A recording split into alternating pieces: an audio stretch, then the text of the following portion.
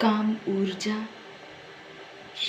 मुक्ति तक ले जाने वाली, परमात्मा तक ले जाने वाली एक सीढ़ी, एक रास्ता है। पूछिए कैसे? ये सच ना होता अगर, तो हमारे पूर्वज जो ध्यानी थे, ज्ञानी थे, धर्मात्मा थे, महात्मा थे, बुद्ध पुरुष थे, उन्होंने पूजा के लिए शिवलिंग, एक पुरुष के प्रतीक की पूजा करने का निर्णय क्यों लिया होता? कामाख्या मंदिर में देवी के नाम पर एक योनि की पूजा का निर्णय क्यों लिया होता? आपको तो पता ही होगा कामाख्या मंदिरों के बारे में। क्या आपको नहीं लगता कि हम लोग एक स्त्री योनि की पूजा कर रहे हैं? आप में से कई लोग शिव जी के भक्त होंगे, उनकी पूजा के लिए उनके मंदिरों में जाते होंगे।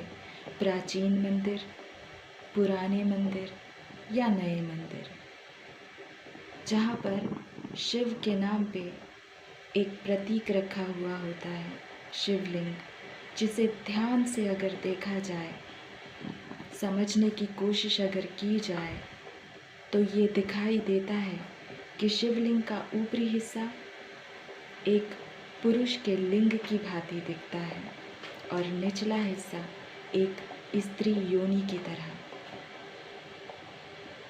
और ये बात हमें समझ में ही नहीं आती। हमारे पास ना अपनी सोच है, ना अपनी समझ है, ना हम में होश है और ना इतना सा ध्यान है कि मुक्ति का केवल एक ही मार्ग है, और वो है काम ऊर्जा। लेकिन हम लोग लकीर के फ़कीर ही हैं, जो रास्ता दिखाएगा उस पर चलेंगे आँख मूंद कर, पर एक बार इतना सा भी सोचेंगे नहीं कि इसका मतलब क्या होता है। ये बात पूर्वजों को, जो धर्मात्मा थे, महात्मा थे, ज्ञानी ध्यानी थे, उन लोगों को बहुत पहले ही समझ आ गई, पर उन्हें पता था कि ये बात हम तक पहुंचाने के लिए वे लोग नहीं रहेंगे, इसलिए उन्होंने मंदिरों में देवी देवताओं के प्रतीक भी लिंग और योनि के रूप में बना दिए। मंदिरों के दीवारों पे, ऊंची चोटियों पे संभोग के चित्र बना दिए पत्थरों पर, ताकि वो हमें बता सके कि चाहे मुक्त होना हो या फिर परमात्मा को पाना,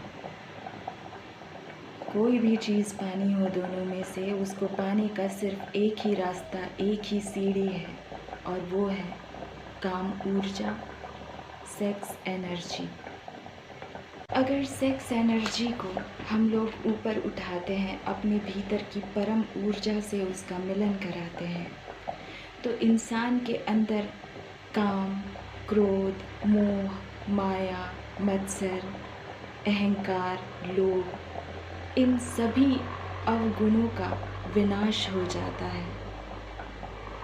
ये विनाश ही मुक्ति है और परमात्मा को प्राप्त करना भी। इसके अलावा दुनिया में कोई और मुक्ति नहीं। जहाँ बात होती है माँ महाकाली की, वहाँ ये कहते हैं कि एंडिंग ही न्यू बिगिनिंग है, अंत ही आरंभ है।